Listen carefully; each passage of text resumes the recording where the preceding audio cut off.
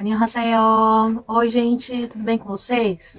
Bom, hoje eu quero tentar gravar um vídeo falando sobre o meu parto. Primeiro, sobre um pouco sobre a gravidez, sobre o parto e o meu pós-parto aqui na Coreia do Sul. Eu tinha prometido, né, faz um tempo, que ia fazer esse vídeo e eu vou tentar gravar aqui pra vocês. Eu tô junto com os dois acordados. Vai ser um desafio, mas vamos tentar. Bom, eu fiquei grávida em setembro de 2021. O bebê nasceu em junho de 2022. Vamos lá, eu vou contar um pouco em detalhes, mas tentar fazer um resumidão dos três, tá bom? Espero que eu consiga transmitir, né, pra vocês. Bom, a gente fez eu fiz o teste normal de farmácia e deu positivo. Então, depois que a gente fez, que eu fiz o teste, nós fomos pro hospital para iniciar o pré-natal. Esse hospital que a gente foi é o mesmo que o nosso bebê mais velho, John Mion, faz a pediatria. E também é o mesmo hospital que a minha sogra teve os dois filhos mais novos. E então nós decidimos fazer lá, porque é mais perto da nossa casa também. E começamos a fazer. Quando a gente chegou, o médico homem falou que a gente fez uma coisa diferença é que do Brasil, quando a gente foi fazer o pré-natal no posto, né, eles pediram pra gente fazer o teste, o mesmo teste de farmácia, fazer de novo lá no posto. Só que aqui eu fiz um teste via vaginal, uma diferença, né? Eu pensei que ia ter que fazer de novo o teste de farmácia, mas não, foi diferente. Quando a gente fez, deu positivo, o médico falou que ainda era um pouco pequeno o feto, né? E tava de 11 semanas, mais ou menos 7, 8 semanas. Então ainda não dava para ver muito bem onde ele tava, se ia desenvolver. Então ele pediu pra gente voltar 2 semanas para poder confirmar que realmente a gravidez ia prosseguir, né? Tava tudo certinho para verificar. Então a gente foi 2 semanas depois, fez o teste de novo e deu tudo certo. O feto estava no lugar certinho e ia conseguir dar continuidade à gravidez, né? Tava tudo certo. E uma coisa diferente daqui, da Coreia, do Brasil, é que a gestação é contada como 10 meses. Mas como assim 10 meses? É porque eles contam como se cada mês tivesse 4 semanas, certinho. A gente sabe que não é assim, né? Não é certinho. Mas eles arredondam para isso. Até que quando eles me deram a caderneta da gestante, tava escrito certinho lá os 10 meses. E todos os exames que eu tinha que fazer durante esse tempo. Isso que eu achei legal, porque eu não precisava ficar perguntando que exame vai ter, o que eu vou fazer na próxima consulta. Isso foi uma coisa legal, assim. Uma outra coisa interessante é que em cada consulta a gente faz ultrassom e na ultrassom eles dão uma fotinha. A fotinha do bebê eles colocam no caderninho. Isso que eu achei muito legal. Aí então a gente recebeu um formulário do hospital mesmo, pra gente poder levar num posto de saúde do governo, né? Para poder receber os benefícios da gestante, porque funciona assim, a maioria dos hospitais aqui são particulares, maternidade, tudo particular, consulta, tudo. Mas aí tem os convênios, né? Aí a gente tem convênio, então paga um valor mais em conta. Mas mesmo assim, quando quando as famílias vão ter filhos, o governo ele incentiva através de ajudas, né? Eu acho que eu já expliquei isso uma vez, que a gente ganha um valor só para os gastos para o pré-natal e depois quando o bebê nasce ganha um outro valor para os gastos com o bebê. Que eles pedem geralmente não são muitos. Eles pedem comprovante, né, que você é casado com coreano mesmo, o seu ID, que é o RG, né, de estrangeiro aqui na Coreia, comprovante de residência, comprovante de salário, quanto que recebe, para poder ganhar esse benefício, né? Esse valor é um valor de US$ 1.000 para todos os gastos do pré-natal, porque cada exame é pago. Cada exame que for fazer é pago, né? E não é muito barato. Tem alguns exames que são mais em conta, outros já são mais caros. Então, a gente usou tudo com esse benefício. Foi realmente muito bom. E a gente recebe um chaveirinho também. Um chaveirinho muito legal, que eu achei legal para identificar que a pessoa é gestante. Porque geralmente nos primeiros meses não dá para saber que você nos primeiros meses a barriga não tá tão grande, né? E então esse sinal, esse chaveiro ajuda as pessoas a identificarem que você é grávida, né? Quando você estiver no ponto de ônibus, ou dentro do ônibus mesmo, dentro do metrô, ou em supermercados. O supermercado aqui perto de casa, ele não tem, tipo assim, fila prioritária, né? Para mais velhos, para gestantes. Então não tem como, né, assim, saber. Mas com esse chaveirinho, ele identifica e as pessoas podem dar à frente para você, te ajudam. Aconteceu várias vezes comigo, no mercado e no metrô também, quando a gente foi para algum lugar. E aí a pessoa deu lugar pra gente, deu lugar pra mim sentar, porque viu o chaveirinho que eu tava grávida. Então agora eu vou contar um pouquinho como estava meu corpo e o bebê também, durante a gestação. Essa gestação foi muito difícil para mim, tanto mentalmente quanto fisicamente. Quando eu engravidei, o Jongmyeon, ele tava com meu filho mais velho, tava com 9 meses, e ele ainda tava mamando.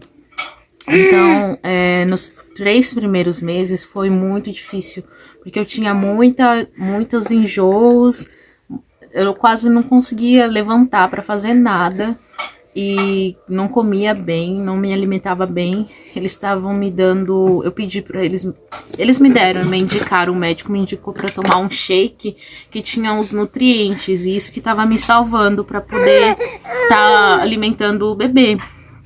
E para poder ficar um pouco bem também, né? Mas foi bem difícil esses. Eu lembro que nessa época foi época que a minha sogra ficou com Covid, meu sogro também.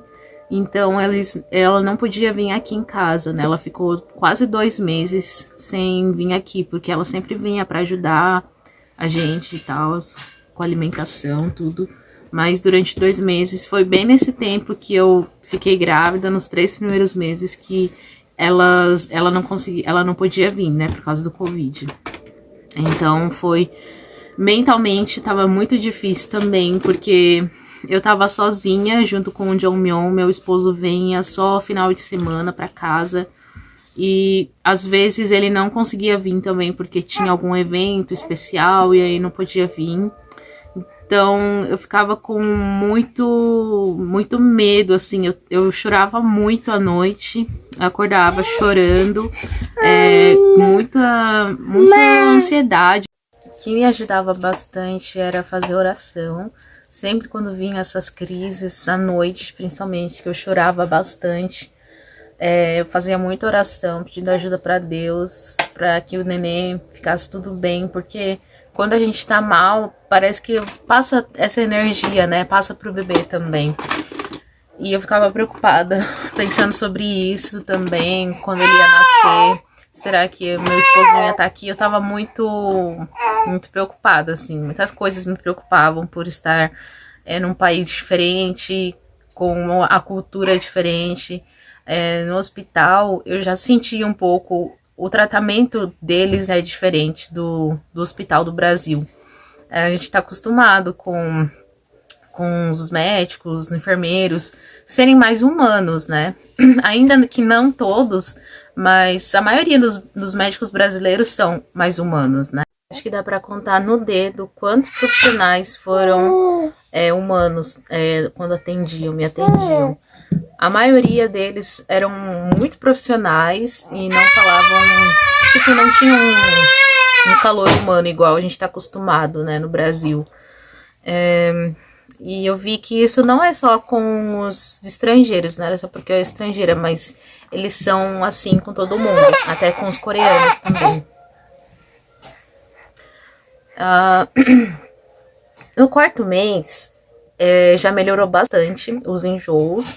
Eu já tava mais disposta, muito disposta. Levantava, fazia as coisas.